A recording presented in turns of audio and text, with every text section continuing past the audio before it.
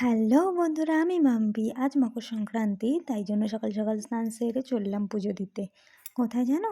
তাহলে দেখতে থাকো আমার পুরো ভিডিওটা। তাহলে আমি কোথায় যাচ্ছি? ওই যে মাকে দেখা যাচ্ছে, দেখো কি সুন্দর হাঁটছে।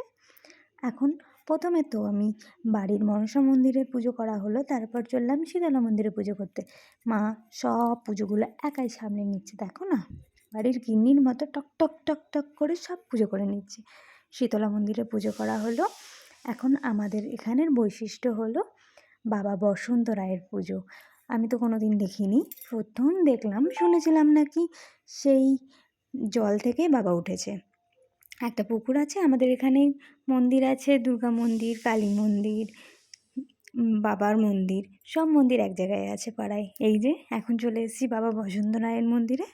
বাবা বসন্ত রায়ের মন্দিরের পুজোর আভিজাত্য কি জানো? বাবাকে নাকি মদ দিয়ে স্নান করানো হয়। বাবা মদ ছাড়া স্নান করে না। আজকে বাবা উপরে আছে, উপর থেকে নিচে নেমে আজকে বাবাকে 3 দিন ধরে এই গ্রামের প্রত্যেকে যে যা মদ দেবে সেই দিয়ে স্নান করানো হবে। ওই যে দেখো কত মদ পড়ে রয়েছে। শুনেছি বাবার কাছে নাকি যে যা মানত করে তাই পাওয়া যায়। তো আমিও মানত করলাম বাবার কাছে, দেখি আমারটা বাবা পূরণ করতে পারে কি না। আর এই যে প্রত্যেকে পুজো দিতে এসছে, রাত্রিরে হবে ভোগের আয়োজন। আর হ্যাঁ হ্যাঁ, চললে কোথায়? আমাকে কীরকম লাগছে অবশ্যই কমেন্ট করে জানিও। আর আমার সাথে দেখো, আমার পেজটাকে লাইক সাবস্ক্রাইব করো। টাটা।